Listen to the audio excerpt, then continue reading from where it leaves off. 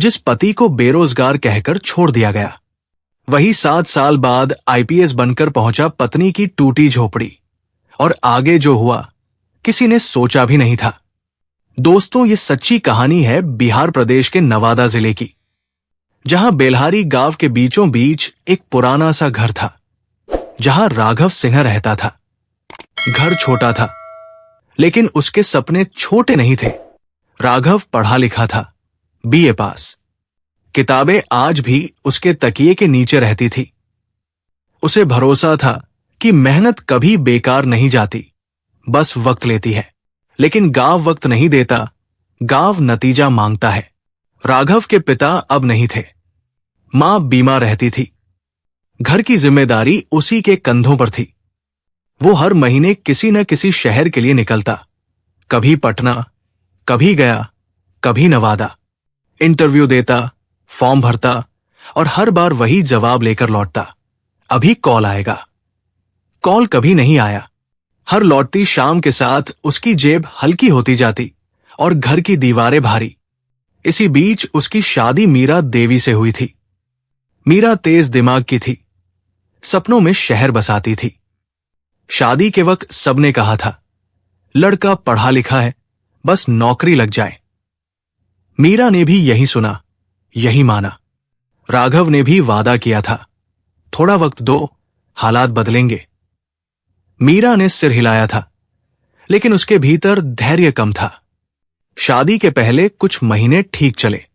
राघव सुबह जल्दी निकलता, देर रात लौटता। मीरा इंतजार करती, लेकिन जैसे जैसे महीने बीतते गए, इंतजार तानों में बदलने लगा। गांव की औरतें पूछती, तुम्हारे पति क्या करते हैं? मीरा मुस्कुराती, लेकिन मन में चुभन उतरती। चाय की दुकान पर राघव का नाम मजाक बनता, पढ़ाई से पेट नहीं भरता। एक शाम राघव खाली हाथ लौटा। इंटरव्यू अच्छा गया था, फिर भी चयन नहीं हुआ। घर में सन्नाटा था। मीरा ने बिना देखे पूछा, फिर नहीं हुआ? राघव ने बस सिर हिलाया। मीरा की आवाज तेज हो गई, कब तक ऐसे चलेगा? लोग क्या कहते हैं पता है? राघव ने शांति से कहा, थोड़ा वक्त और। मीरा हंस पड़ी, वक्त से रोटी नहीं आती। धीरे धीरे घर में बातें कम और ताने ज्यादा होने लगे। राघव जवाब नहीं देता था। उसे लगता था कि जवाब काम से देगा, लेकिन काम था ही नहीं। मां की दवाइयों का खर्च बढ़ने लगा, उधार लेना पड़ा। उसी दिन मीरा के सब्र की आखिरी दीवार गिर गई। गांव के आंगन में लोग जमा थे। किसी बात पर बहस शुरू हुई और फिर मीरा के शब्द निकल गए, तेज, साफ, सबके सामने। मैं ऐसे आदमी के साथ नहीं रह सकती जिसे अपना घर चलाना नहीं आता। वाक्य हवा में नहीं, राघव के सीने में लगा। मां रो पड़ी, पड़ोसी चुप रहे। राघव खड़ा रहा, न आवाज ऊंची की, न सफाई दी। उसे लगा जैसे उसके भीतर कुछ टूट गया हो, लेकिन बाहर कुछ दिखा नहीं। अगली सुबह मीरा अपने मायके चली गई। जाते जाते उसने पलटकर देखा तक नहीं, बस इतना कहा, जब कुछ बन जाओ तब लौटना, खाली हाथ मत आना। ये वाक्य राघव के भीतर उतर गया, गहरा, जलता हुआ। उस दिन राघव ने फैसला किया, गांव में रहकर उसे सिर्फ अपनी बेइज्जती दिखेगी। उसने 2 जोड़ी कपड़े, किताबें और पिता का पुराना बैग उठाया। मां के पांव छुए। मां ने बस इतना कहा, हार मत मानना। राघव ने सिर झुकाया और निकल पड़ा। बस स्टैंड पर खड़ा वो पहली बार अकेला नहीं था, लेकिन पहली बार इतना साफ था। अब वो नौकरी ढूंढने नहीं, खुद को बनाने जा रहा था। उसे नहीं पता था कि रास्ता कितना लंबा होगा, कितनी ठोकरें मिलेंगी। बस इतना तय था, वो इस बार खाली हाथ नहीं लौटेगा। बस चली, बेल्हारी पीछे छूट गया। धूल में डूबता गांव, ताने, आवाजें, सब दूर होते गए। राघव खिड़की से बाहर देखता रहा और मन ही मन एक ही बात दोहराता रहा, इस बार लौटूंगा तो पहचान के साथ। अगले दिन जब राघव दिल्ली पहुंचा तो वहां की ठंडी सुबह राघव के लिए नई नहीं थी, लेकिन इस शहर की बेरुखी हर दिन नई लगती थी। दिल्ली में उसने एक कमरा किराए पर लिया, जहां एक खिड़की से सिर्फ दूसरी इमारत की दीवार दिखती थी। कमरे में एक खाट, एक टूटी मेज और किताबों का ढेर था। यही उसकी दुनिया थी। सुबह 5 बजे अलार्म बजता, वो उठता, चाय बनाता और किताब खोल लेता। दिन का हर घंटा तय था, क्योंकि अब उसके पास खोने को कुछ नहीं था। दिन में वह एक निजी लाइब्रेरी में काम करने लगा। किताबें जमाना, फॉर्म भरवाना, कभी कभी फोटोकॉपी करना। तनख्वाह ज्यादा नहीं थी, लेकिन पेट भर जाता था और किराया निकल जाता था। रात को लाइब्रेरी बंद होने के बाद वो वहीं बैठकर पढ़ाई करता। इतिहास, राजनीति, संविधान, अब ये सिर्फ विषय नहीं थे, ये उसकी जरूरत बन चुके थे। उसने तय कर लिया था कि वो किसी एक नौकरी पर नहीं रुकेगा।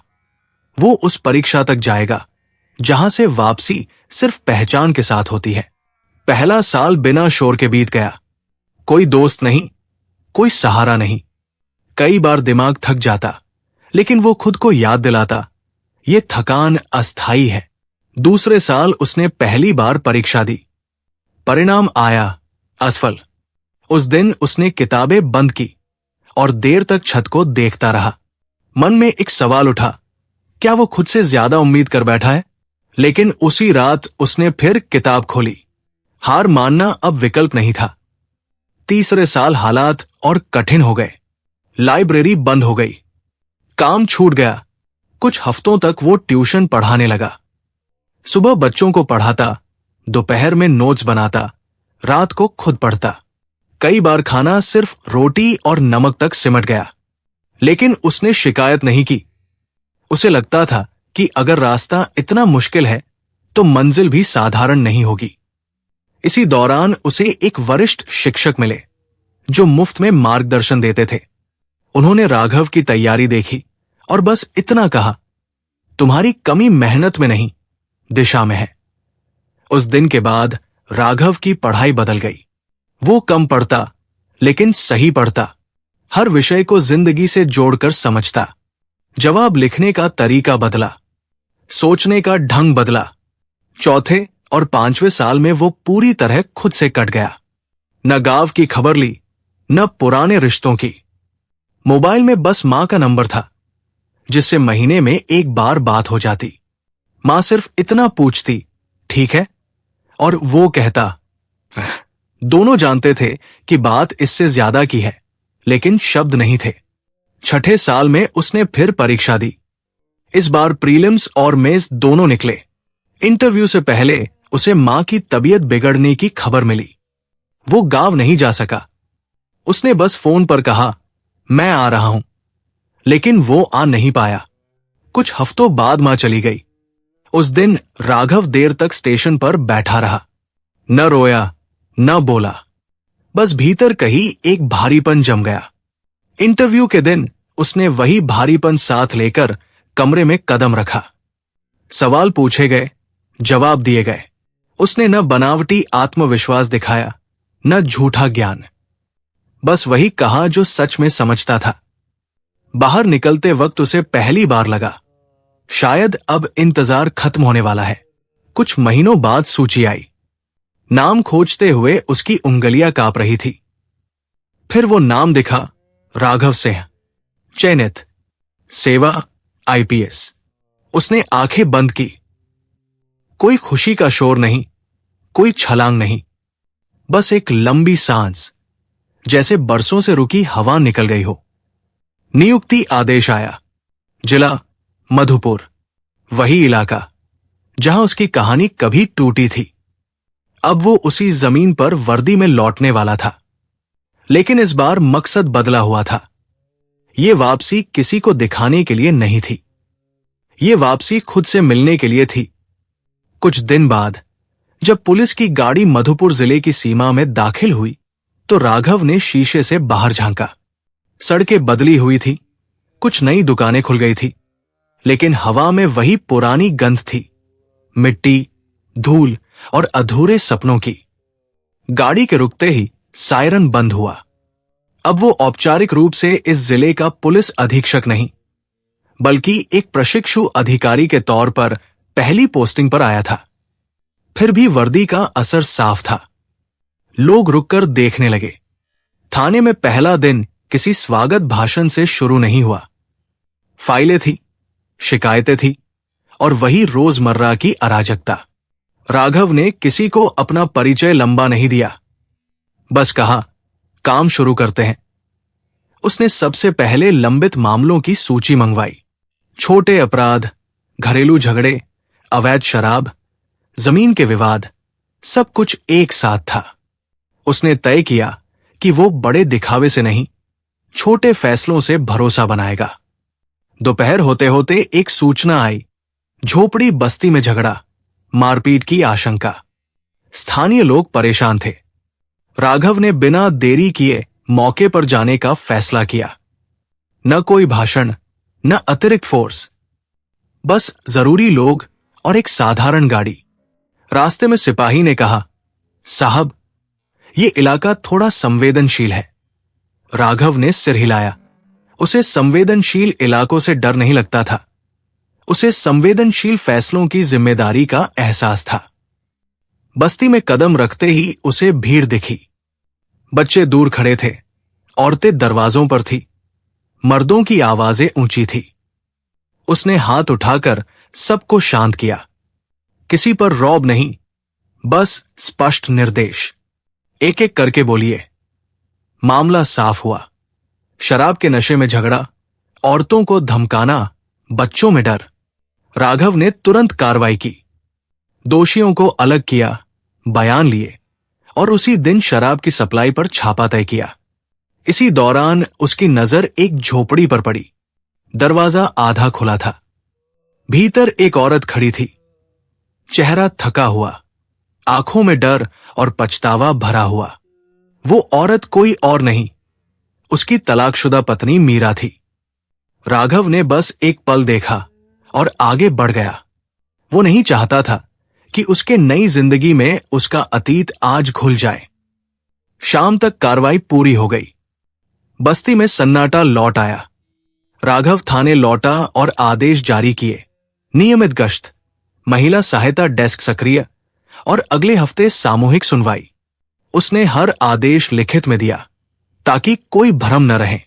उसके लिए कानून भावनाओं से ऊपर था, लेकिन इंसान कानून के भीतर होना चाहिए, यही उसका सिद्धांत था। अगले कुछ दिनों में परिणाम दिखने लगे। शिकायतें बढ़ी, डर के कारण दबाई गई बातें बाहर आने लगी। राघव हर फाइल खुद देखता। वो सुनता ज्यादा, बोलता कम। धीरे धीरे लोगों को समझ आया कि ये अफसर दिखावे का नहीं है। भरोसा बनने लगा। इसी बीच उसे एक रिपोर्ट मिली। झोपड़ी बस्ती की वही औरत जिससे राघव उस दिन मिला था। उसकी तलाकशुदा पत्नी मीरा, जो औपचारिक शिकायत दर्ज कराई है। घरेलू हिंसा, धमकी और काम की जरूरत। राघव ने फाइल देखी, नाम पढ़ा और पल भर के लिए उन गलियां रुक गई। उसने फाइल बंद की और प्रक्रिया के अनुसार आगे बढ़ा। महिला काउंसलर, अस्थायी आश्रय और कानूनी मदद। किसी को इशारा नहीं दिया, किसी से चर्चा नहीं की। दूसरी तरफ बस्ती में खबर फैल गई, नया अफसर अलग है। कुछ लोग खुश थे, कुछ असहज। शराब माफिया सक्रिय होने लगे। धमकी आई। राघव ने उन्हें हल्के में नहीं लिया। उसने सबूत इकट्ठा किए, नेटवर्क खंगाला और सही वक्त का इंतजार किया। एक शाम सामूहिक सुनवाई का दिन आया। मैदान भरा था, कुर्सियां सजी थी, माइक लगा था। राघव मंच पर नहीं बैठा। वो नीचे खड़ा रहा, लोगों के बीच।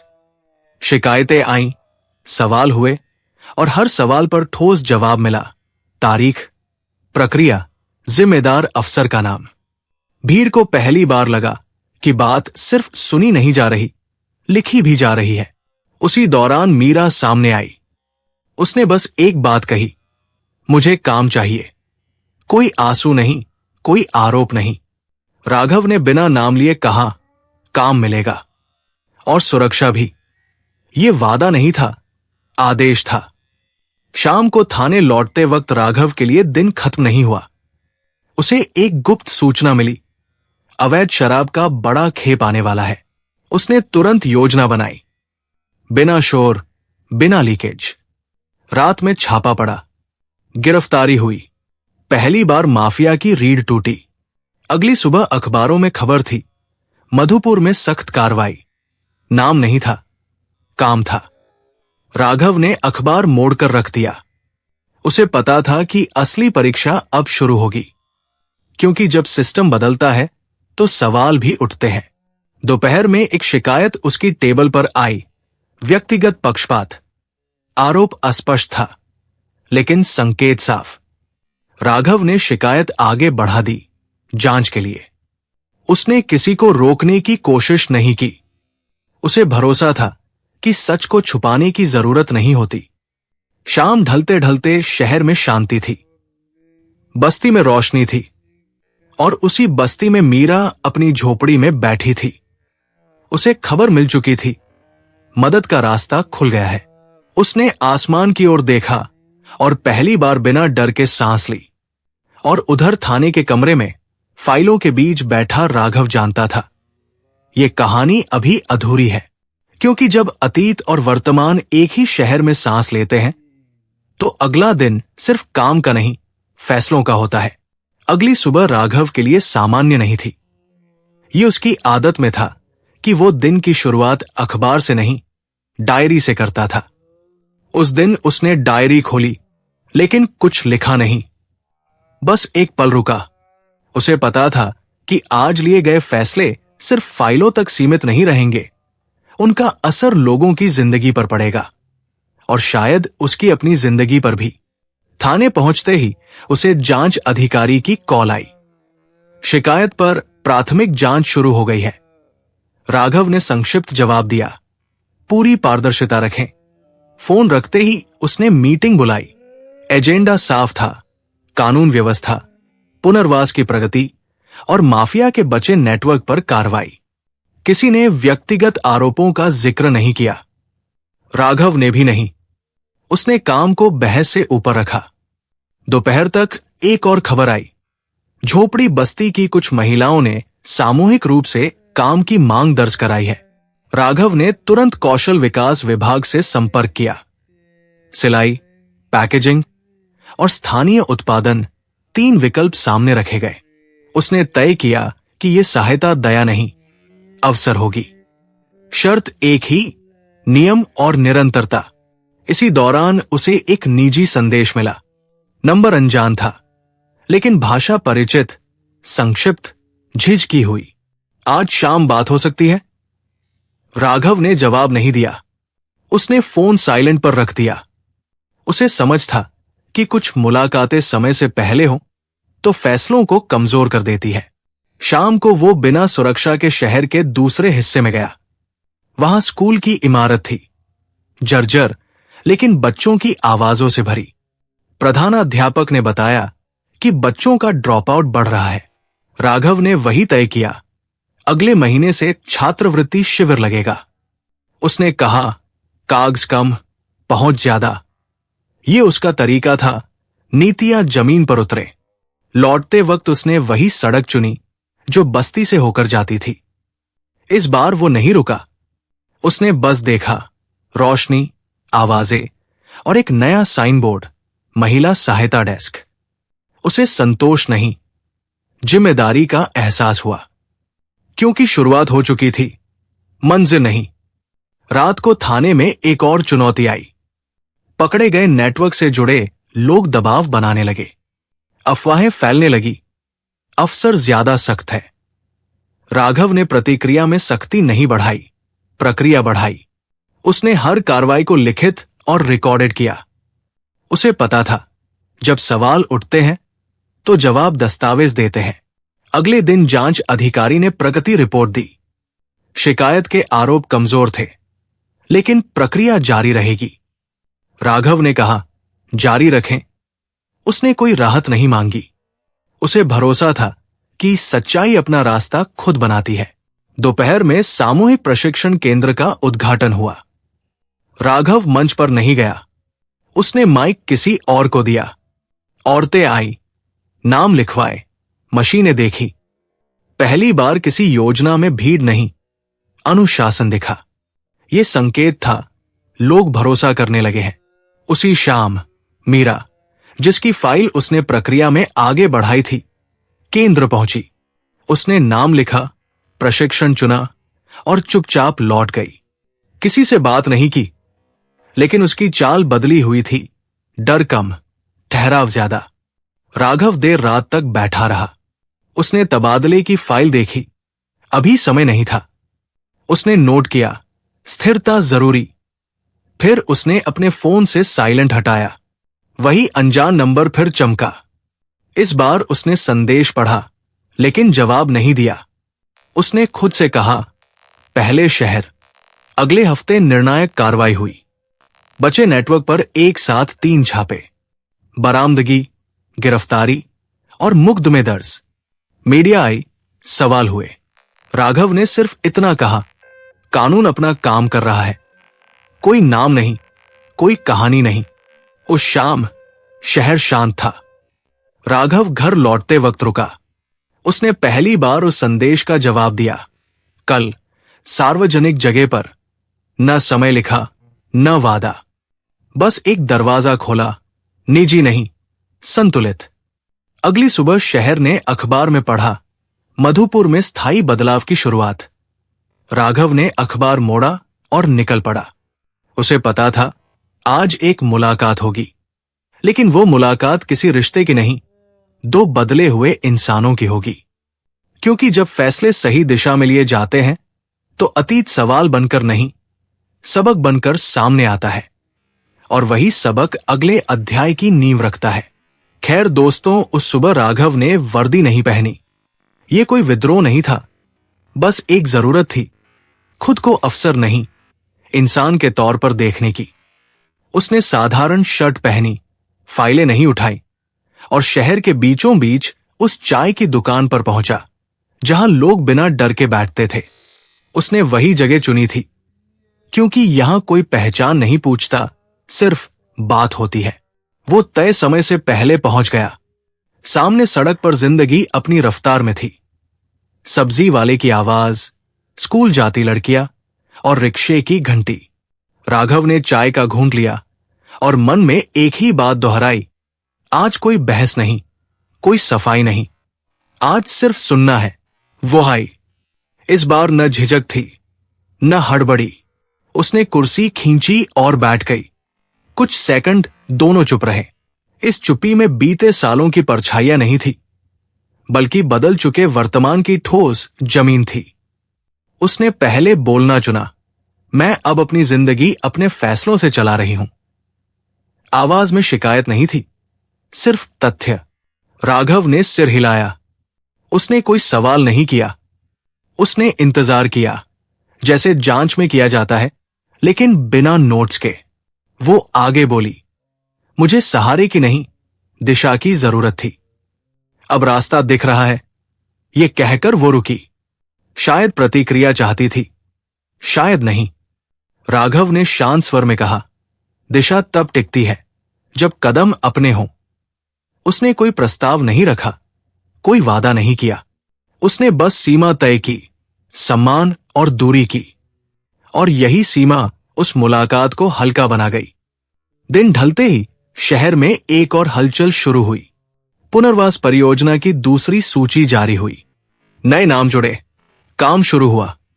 किसी ने राघव का नाम नहीं लिया, और यही उसकी जीत थी। सिस्टम चल पड़ा था, उसके बिना भी। अगले हफ्ते एक औपचारिक पत्र आया, राज्य स्तरीय बैठक के लिए आमंत्रण। राघव ने स्वीकृति दी। मंच पर उसे बोलना था। उसने भाषण नहीं लिखा। उसने तय किया, जो दिखा है वही कहेगा। बैठक के दिन उसने संक्षेप में कहा, योजनाएं तब काम करती हैं जब लोग उन्हें अपनी मान ले। तालियां बजी, लेकिन उसने ध्यान नहीं दिया। उसकी नजर पीछे बैठी एक कतार पर गई। वही महिलाएं जिनके नाम सूची में थे। उनकी आंखों में डर नहीं था। कार्यक्रम के बाद वो बाहर निकला। उसी चाय की दुकान पर रुका। इस बार उसने चाय नहीं ली। उसने दुकानदार से पूछा, काम कैसा चल रहा? दुकानदार बोला, बेहतर। ये एक शब्द राघव के लिए पर्याप्त था। रात को उसने अपने कमरे में एक कागज निकाला। कोई आवेदन नहीं, कोई रिपोर्ट नहीं, बस 2 पंक्तियां लिखी, साथ चलना है तो पहले अलग अलग खड़े रहना सीखो। उसने कागज मोड़ा और रख दिया। कुछ दिनों बाद एक संदेश आया, छोटा सा, मैंने दाखिला ले लिया है। राघव ने जवाब दिया, अच्छा, बस इतना। कोई इमोजी नहीं, कोई विस्तार नहीं। कभी कभी सबसे बड़ा भरोसा कम शब्दों में होता है। समय बीतता गया। शहर ने नई आदतें सीखी, राघव ने भी। उसने महसूस किया, जब अतीत को मंच नहीं मिलता तो वर्तमान काम करता है, और काम अगर ईमानदार हो तो रिश्तों को भी जगह देता है, बिना शोर, बिना जल्दबाजी। एक शाम उसने खिड़की से बाहर देखा। वही सड़क, वही रफ्तार, लेकिन भीतर ठहराव था। उसने खुद से कहा, अब अगर अगला कदम होगा तो इसलिए नहीं कि कुछ अधूरा है, बल्कि इसलिए कि दोनों पूरे हैं। और यही पूर्णता उस कहानी का अंत नहीं, शुरुआत थी। जहां किसी के निकम्मा कहे जाने से पहचान नहीं बनती और किसी के आईपीएस बनने से रिश्ते तय नहीं होते। पहचान बनती है उन फैसलों से जो समय पर, सही दूरी से, सही दिशा में लिए जाए। दोस्तों, जिंदगी हमें बार बार ये सिखाती है कि इंसान की कीमत उसके हालात से नहीं, उसके इरादों से तय होती है। जो आज हारता दिखता है वही कल मिसाल बन सकता है, अगर वो खुद पर भरोसा करना न छोड़े। रिश्ते भी तभी टिकते हैं जब वे अहंकार या एहसान पर नहीं, बराबरी और सम्मान पर खड़े हों।